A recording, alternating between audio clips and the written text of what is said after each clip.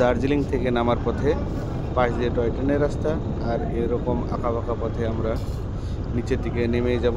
এখন শুধুমাত্র ডাউন। সামনে তুহিন আর রনি দাঁড়িয়ে আছে, গাড়ি ছাড়লো। রনি আগে, আমি মিডিলে, তুহিন পিছনে। আবার হয়তো দাঁড়াবে মনে হচ্ছে।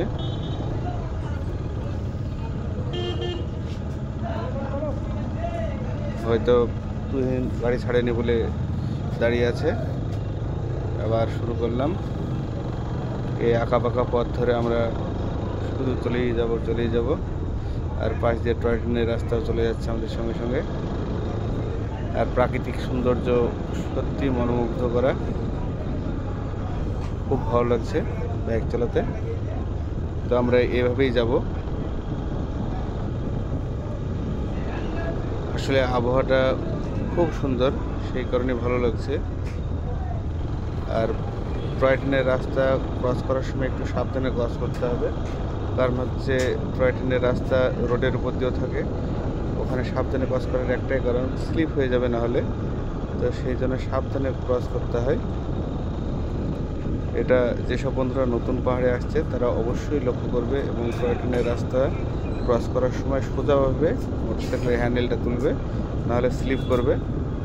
এই যে আমরা রাস্তা পার করব, এইখানে স্লো হতে হবে, স্লোভাবে, না হলে স্লিপ করার চান্সটা থাকে বেশি, সেই কারণে। আর সত্যি প্রাকৃতিক সৌন্দর্য মনমুগ্ধকর, খুব ভালো লাগছে। আর রাস্তাটাও বেশ ভালো। তো আমরা এইভাবেই ছুটে চলবো।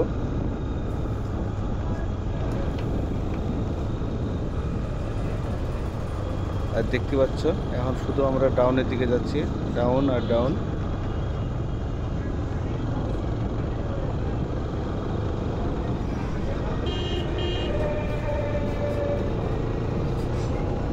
তো এই প্রাকৃতিক পরিবেশ তোমাদের কেমন লাগছে অবশ্যই কমেন্টে জানাবে। আর যদি ভালো লাগে তাহলে অবশ্যই লাইক, কমেন্ট, শেয়ারও করবে।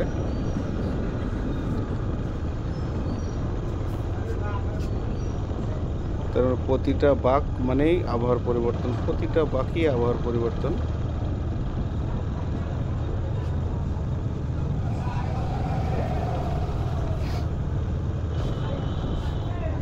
তো আমরা এভাবেই ছুটে চলবো, দেখতে পাচ্ছ।